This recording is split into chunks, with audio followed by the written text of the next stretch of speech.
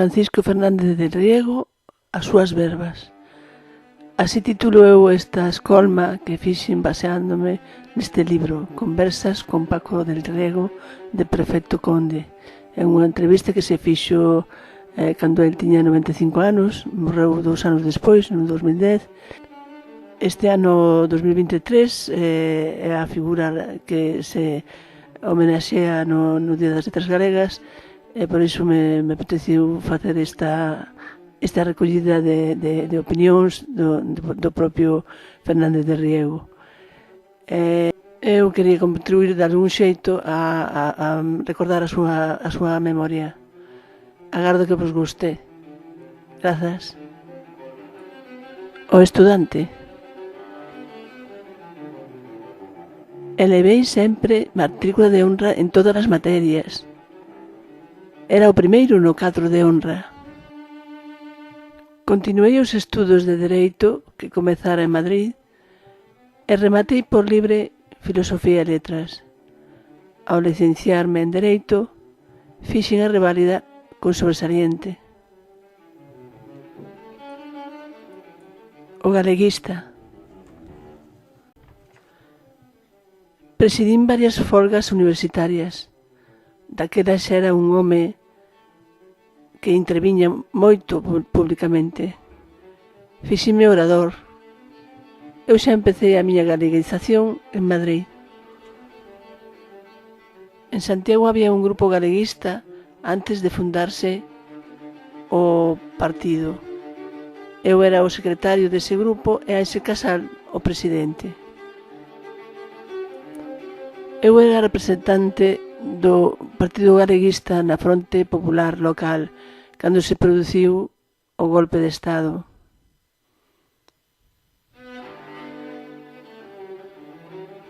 A vida non valía nada. A min tanto me daba morrer como non morrer.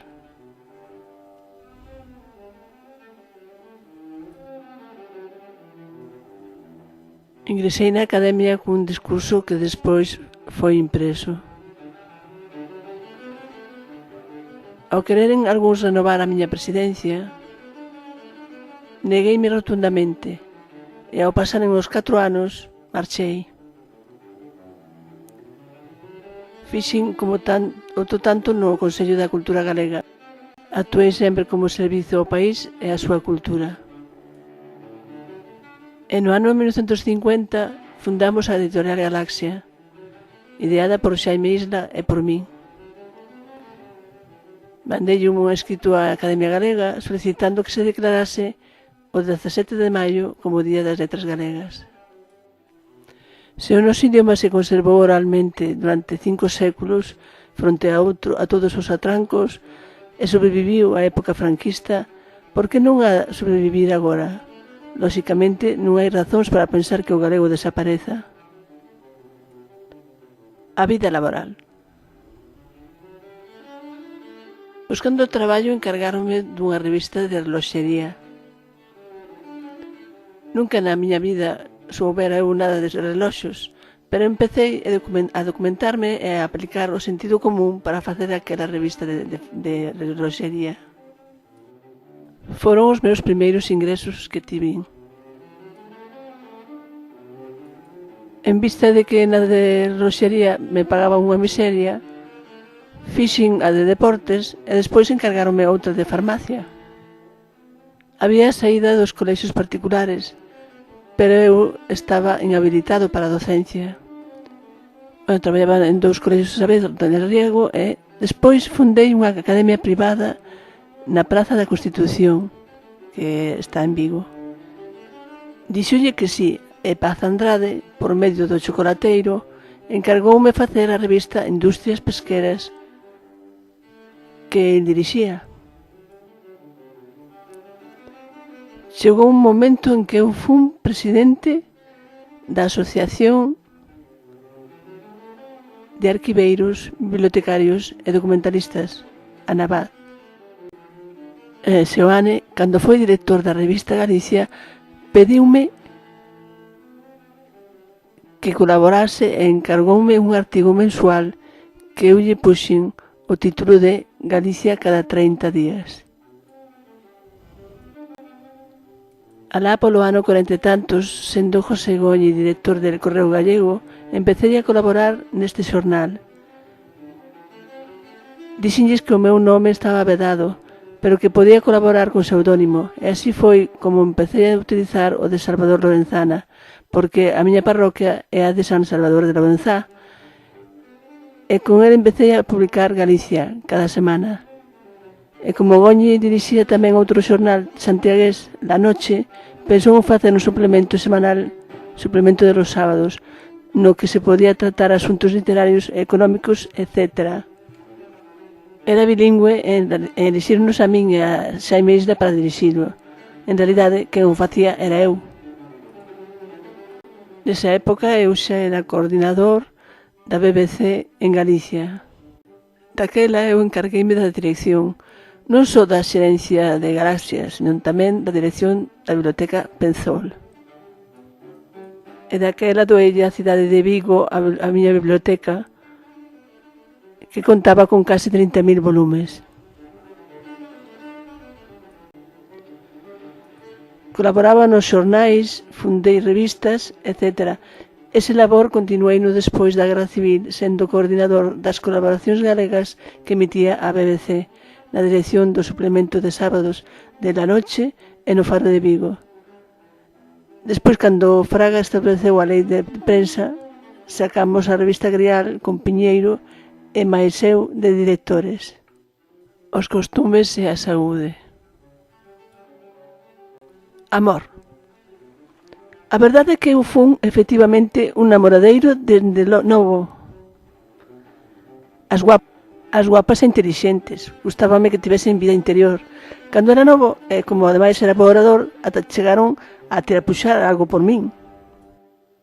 Música. Pero a música gústame, sobre todo Bach e Beethoven. Son as dúas grandes figuras da música clásica, para min. Mesmo Wagner en determinadas cousas, pero a ópera non me cae ben. Asistí a romarías e ás festas, e sobre todo as festas de Conde Santo, as San Lucas de Mondoñedo e as San Froilán de Lugo. Apenas frecuentei as festas de salón. Non sei bailar o pasodobre e algo o valse. Alimentación. Eu era un comellón extraordinario, comía de todo. Menos cebola, que xa che contei porque a odio. Bebo brancos con frecuencia. Sen que ningún médico mo dixese, decidín reducir a comida para protexer os osos. A min gustábame moito, comer moito. A tortilla sempre foi un dos meus pratos predilectos. A cociña alemá non me gustou nada. Igual que a inglesa, que tampouco me gustou nunca. Saúde. O resultado foi que o tabaco me estaba atacando as neuronas. Daquela eu acendía un cigarro detrás doutro. Fumaba 3 paquetes ao día. Cigarros nunca máis. Pero cando xa me encontraba ben, pregunteille se podía fumar un puro a semana e dixerme que sí.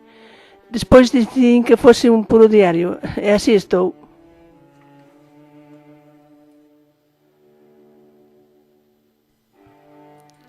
O doutor Asina decidiu operarme.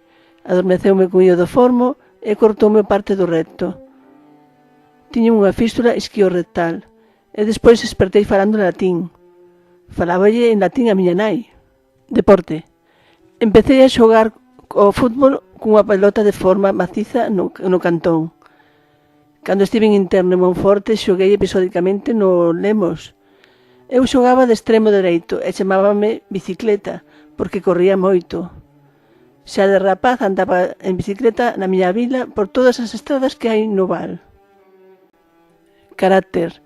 Sempre fun optimista, nunca tive depresión nin tomei pastillas ata os últimos anos.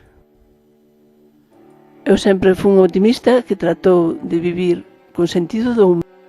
Crenzas. Era crente e sigo sendo crente, pero sen subordinación total ao dogmatismo. Non concibo os dogmas, concibo a tolerancia, o diálogo e a liberdade natural. Comunicación. Nunca fun partidario de escoitar a radio.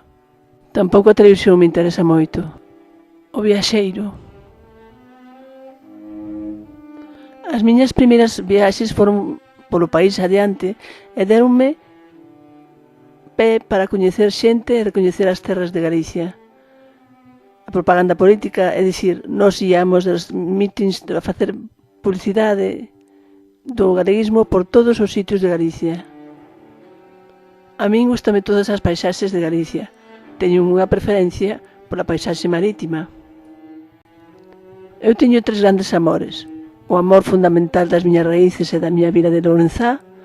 Teñolle un grande amor a Santiago, onde estudei a carreira e onde vivín momentos moi significativos, pero Vigo é a miña vila.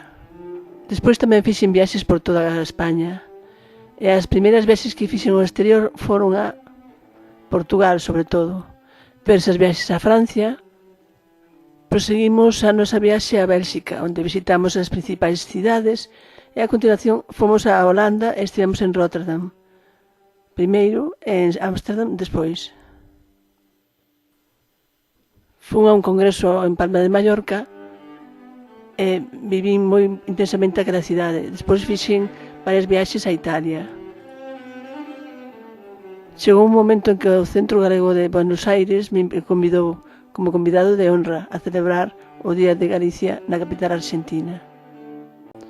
Cando aínda estaba metido en política, leváronme a unha residencia socialista que había preto de Bonn, en Alemanha. De regreso visitamos en Bonn a casa de Beethoven. Tamén estivemos en Frankfurt e en Colonia.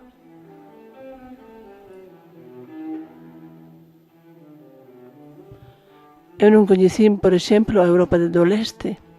París impresionoume moito. En Lisboa tamén me gustaba. Fixen unha viaxe a Londres con Álvaro Cunqueiro. Eu li moita literatura de viaxes e mesmo fixen comentarios e publiquei artigos referidos a libros de viaxes de diversas épocas. O divulgador. Hai moito tempo houve un concurso entre todos os colexios calasancios de España e a min ocorreuseme participar cun artigo que titulei Leyenda griega e foi premiado. Pareceme que me deron 15 pesetas de premio e unha edición moi cuidada de Peñas Arriba de Pereda. E o artigo publicouse en páginas calasancias. Estaba en Monforte de Lemos e debía ter eu 17 anos. Aínda que eu tiña unha formación de literatura en castelán e coñecía moi ben os clásicos desa lingua, sentime sempre mellor escribindo en galego. Primeiro escribín un manual de historia da literatura galega. Despois participei con Xosé María Álvarez Blázquez na edición dunha escolma de poesía galega que abranguía desde a época medieval ata o momento en que a rematamos. Tamén escribín un dicionario galego, castelán galego. Logo publiquei un libro sobre literatura estranxeira que titulei Letras do noso tempo, en o que figuran pasaxes impresionistas sobre poetas, novelistas e autores de teatro da Europa daquela época, de Norteamérica e de América do Sur. Nunca se fixera en Galicia un libro que tratase a literatura dese xeito. Escribín tamén un dicionario de escritores en lingua galega. Eran libros de vulgarización para cubrir os ocos que había. Antes de Galaxia, o único que publiquei foron artigos nos xornais e revistas, e o primeiro libro meu apareceu en Buenos Aires no ano 49 ou 50 do pasado século, como resultado dun concurso en que participei. Titulouse Cos ollos do noso espírito, e despois, en Galaxia, todo o que publiquei foi con propósito proselitista, divulgativo, de tapar ausencias, etc.